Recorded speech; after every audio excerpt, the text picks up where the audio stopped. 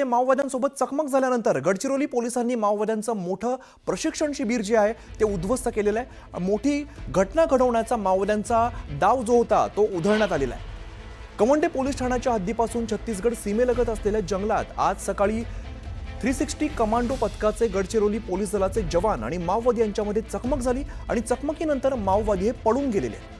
गडचिरोली पोलिसांनी केलेल्या सर्च ऑपरेशनमध्ये माओवाद्यांचं मोठं प्रशिक्षण स्थळ हे आढळून आलेलं आहे आणि त्या ठिकाणी इसान्स या अत्याधुनिक बंदुकीसह 2 बंदुका तसंच कारतूसं आणि एक मॅगझिन मोठ्या प्रमाणात स्फोटकं तसंच डिटोनेटर हे जप्त करण्यात आलेले आहेत। महेश तिवारी आमचे प्रतिनिधी अधिकची माहिती देतात। महेश, आपण बघतोय खरं तर मोठी कारवाई म्हणावी लागेल। नक्कीच माओवाद्यांच्या विरोधात ही मोठी कारवाई आहे। माओवाद्यांचं एक मोठं लोकेशन असल्याची माहिती प्रभारी पोलीस अधीक्षक यतीश देशमुख यांना मिळाली होती। त्यानंतर ॲडिशनल एसपी एम रमेश यांच्या नेतृत्वात C60 ची पथकं सकाळपासून त्या भागात कोम्बिंग ऑपरेशन करत होती। अबू जमाड जो माओवाद्यांचा गड आहे तो त्या भागाला लागून आहे आणि त्या ठिकाणी सकाळी माओवाद्यांनी जवानांवर गोळीबार केला होता। जवानांनी प्रत्युत्तर देऊन हल्ला परतावून लावला। त्या ठिकाणी सर्चिंगमध्ये माओवाद्यांचं हे मोठं प्रशिक्षण स्थळ सापडलेलं आहे, ज्या ठिकाणी काही अत्याधुनिक शस्त्र सापडले, ज्यामध्ये इन्सास आहे, इतर दुसरी बंदूक आहे, कारतूस बाकी सगळं साहित्य आहे। ते पाहता या ठिकाणी 25 पेक्षा जास्त माओवादी उपस्थित असल्याची शक्यता आहे। मोठा घातपात घडवण्याच्या दृष्टीनं माओवाद्यांनी या महाराष्ट्र छत्तीसगडच्या हा जो घटनास्थळ आहे या भागाची निवड केली असण्याची शक्यता वर्तवली जात आहे। मात्र गडचिरोली पोलिसांच्या C60 कमांडोनी ज्या पद्धतीनं हा प्रशिक्षण स्थळ उधळून लावला आहे त्यामुळे माओवाद्यांचा मोठा घटना घडवण्याचा बेत उधळला गेला आहे। एकूणच आपण बघत आहोत की आता करेगट्टाचं 18 ते 20 दिवसाचं मोठं ऑपरेशन झालं होतं आणि त्यात 26 माओवादी मारले गेले होते। त्यामुळे सीमावर्ती भागाला कुठेतरी टार्गेट करण्याची माओवाद्यांची ही योजना आहे। मात्र गडचिरोली पोलीस अलर्ट असल्यामुळे माओवाद्यांचा हा बेत आता सध्या तरी उधळला गेलाय। आता या छत्तीसगड महाराष्ट्र सीमावर्ती भागात हाय अलर्ट जारी करण्यात आला असून या ठिकाणी सतर्कतेचा इशारा देण्यात आलेला आहे। सर्चिंग ऑपरेशन C60 कमांडो पथकांचं सध्या या भागात सुरू आहे। निश्चित महेश, धन्यवाद या सगळ्या सविस्तर माहितीसाठी। तर डिफेन्समधील सूत्रांनुसार भारतीय वायुसेनेने LOC न ओलांडता थेट दहशतवादी ठिकाणांना लक्ष्य केलेलं आहे। या कारवाईमध्ये राफेल, सुखोई 30, MKI आणि मिराज 2000 यांसारख्या अगदी आधुनिक फायटर जेट्सचा वापर करण्यात आलेला आहे। यानंतर पाकिस्तानमधील एअरबेस आणि अन्य सैनिकी ठिकाणांवरती हल्ला करण्यासाठी या विमानांचा वापर करण्यात आला आहे। दरम्यान भारताने पाकव्याप्त काश्मीरमधील दहशतवाद्यांचे अनेक अड्डे जे आहेत ते उद्ध्वस्त केलेले आहेत। दहशतवाद्यांच्या ठिकाणांना लक्ष्य करण्यासाठी ऑपरेशन सिंदूर अंतर्गत स्पाइस 2000 आणि स्काल्प मिसाईलचा वापर करण्यात आला आहे। अगदी अचूक हल्ला आणि दीर्घ पल्ला यासाठी क्षेपणास्त्र ओळखली जातात, तसंच बंकर उद्ध्वस्त करण्यासाठी क्षेपणास्त्र योग्य मानली जातात।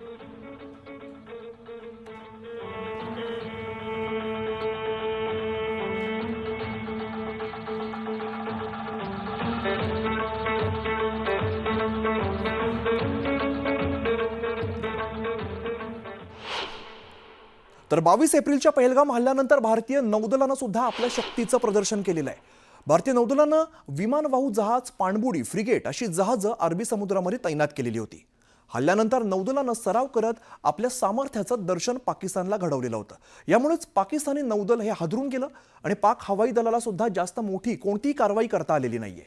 अखेर भारताच्या या सामर्थ्यापुढे कच खाऊन पाकिस्तानला शस्त्रसंधीसाठी गुडघे टेकावे लागले। The aftermath of the cowardly attacks on innocent tourists at Pahalgam in Jammu and Kashmir by Pakistani-sponsored terrorists on 22nd April, the Indian Navy's Carrier Battle Group, surface forces, submarines and aviation assets were immediately deployed at sea with full combat readiness in concert with the joint operation plan of the Indian Defence Forces. आपण बघतोय सगळ्या तणावाच्या काळामध्ये खरं तर army, navy आणि air force तर होतच, मात्र भारत-पाक युद्धादरम्यान इस्रोनं सुद्धा अतिशय महत्त्वाची भूमिका बजावलेली आहे। इस्रोचे 10 उपग्रह 24 तास पाकिस्तानवरती लक्ष ठेवून होते, अशी माहिती इस्रोचे अध्यक्ष V नारायणन यांनी दिलेली आहे। देशातील नागरिकांच्या सुरक्षेची खात्री करण्याच्या धोरणात्मक उद्देशांमुळे किमान 10 उपग्रह हे 24 तास सतत कार्यरत आहेत आणि असं त्यांनी सांगितलं। दरम्यान आपल्याला आपल्या 7000 किलोमीटरच्या किनारपट्टीचं निरीक्षण करावं लागेल। आपल्याला संपूर्ण उत्तरेकडील भागावरती सतत लक्ष ठेवावं लागतंय। उपग्रह आणि ड्रोन तंत्रज्ञानाशिवाय आपण हे साध्य करू शकत नाही असं सुद्धा त्यांनी सांगितलं। भारताकडे सुमारे 1 डझन गुप्तचर किंवा पाळत ठेवणारे उपग्रह आहेत। यामध्ये कार्टोसॅट आहे किंवा रिसॅट मालिका, तसंच इमिसॅट आणि मायक्रोसॅट ही मालिका समाविष्ट आहे. तर पाकिस्तानला स्पष्टपणे पाठिंबा देणाऱ्या तुर्कस्तान विरोधात भारतीयांमध्ये संतापाची लाट उसळलेली आहे. मुंबई विमानतळावरती शिवसेनेच्या शिष्टमंडळाने चीफ एअरपोर्ट ऑफिसर विष्णू झा यांची भेट घेतली आणि या भेटीमध्ये विमानतळावरील ग्राउंड हँडलिंग तुर्की कंपनीला ताब्यात घेण्याची मागणी केलेली आहे. तुर्कस्तानच्या या कंपनीकडून सर्व अधिकार काढण्याची मागणी शिवसेनेकडून करण्यात आली.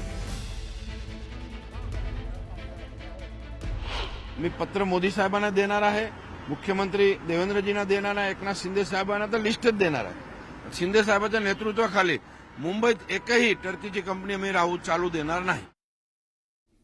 तर इकडे मुख्यमंत्री देवेंद्र फडणवीसांनी आज राज्यातील सुरक्षेसंदर्भात आढावा घेतलेला आहे. लष्करी आणि प्रशासकीय अधिकाऱ्यांसोबत नागरी सुरक्षा आढावा बैठक पार पडलेली आहे. या बैठकीला लष्कर, नौदल, वायुदल, कोस्टगार्डचे प्रतिनिधी उपस्थित होते.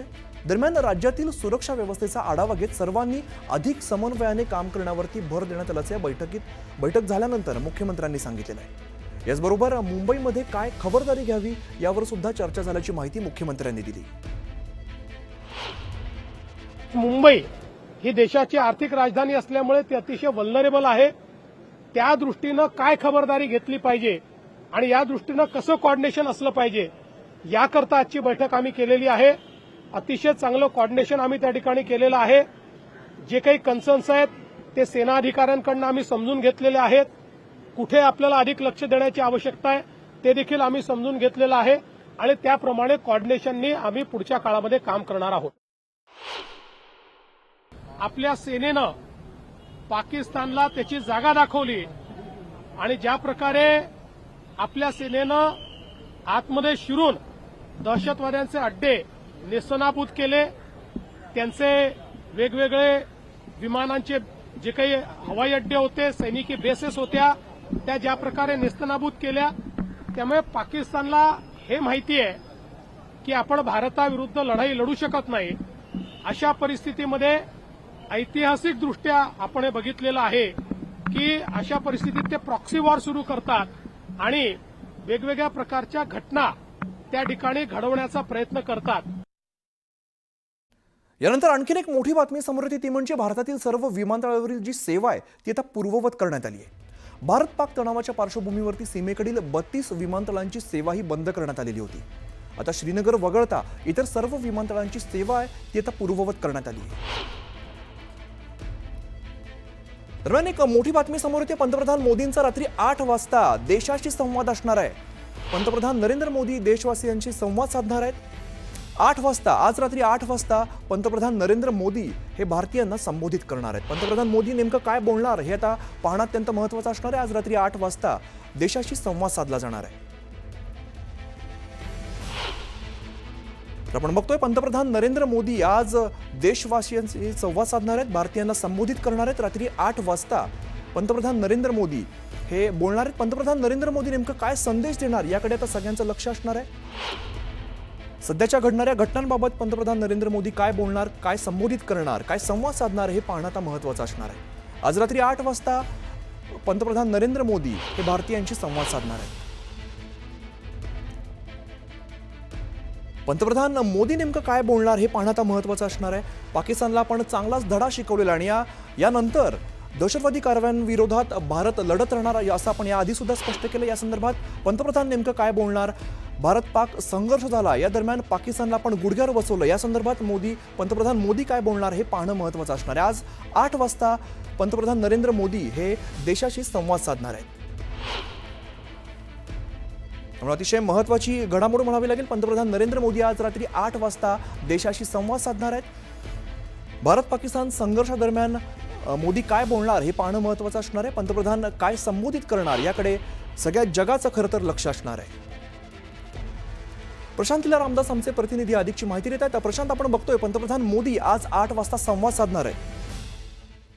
बरोबर. पंतप्रधान नरेंद्र मोदी आज सायंकाळी 8 वाजता म्हणजे रात्री 8 वाजता देशाला संबोधित करणार आहे. हे महत्वाचं म्हणजे जर बघितलं यामागे की ऑपरेशन सिंदूर नंतर ज्या पद्धतीनं देश पातळीवरती आणि देशांच्या सीमा भागात घडामोडी झाल्या होत्या, सोबतच जर बघितलं आंतरराष्ट्रीय पातळीवरती भारताची भूमिका ज्या पद्धतीने मांडण्यात आली त्या संदर्भातला उल्लेख होऊ शकतो आजच्या भाषणामध्ये. सोबतच 8 वाजता ते देशाला संबोधित करताना ज्या पद्धतीनं पाकिस्तानची कसवी भूमिका आहे त्याबद्दल देखील पंतप्रधान नरेंद्र मोदी बोलू शकतात. पहलगामच्या जो 22 एप्रिलला पहलगाममध्ये हल्ला झाला होता आणि त्यात 26 निष्पाप पर्यटकांचा जीव गेला होता. त्यानंतर ऑपरेशन सिंदूर भारताच्या वतीनं राबवण्यात आलं होतं. त्या ऑपरेशन सिंदूरमध्ये सलग 3 दिवसामध्ये अनेक मोठ्या घडामोडी घडल्या आणि पाकिस्तानला आपण नतमस्तक केलं. या सगळ्या पार्श्वभूमीवरती पंतप्रधान नरेंद्र मोदी जेव्हा 8 वाजता संपूर्ण देशाला संबोधित करतील त्यावेळेस स्पष्टपणे सांगता येईल आपल्याला की देशाला संबोधित करता याचे काय प्रमुख मुद्दे असतील. पण महत्वाचं म्हणजे जर बघितलं ऑपरेशन सिंदूर नंतर आता देशवासियांसोबत पंतप्रधान नरेंद्र मोदी संवाद साधणार आहे. अमित. अगदीच प्रशांत, आता प्रतीक्षा असणार ती 8 वाजण्याची. पंतप्रधान मोदी नेमकं काय बोलणार हे पाहणं तर अत्यंत महत्त्वाचं असणार आहे. धन्यवाद या सगळ्या माहितीसाठी.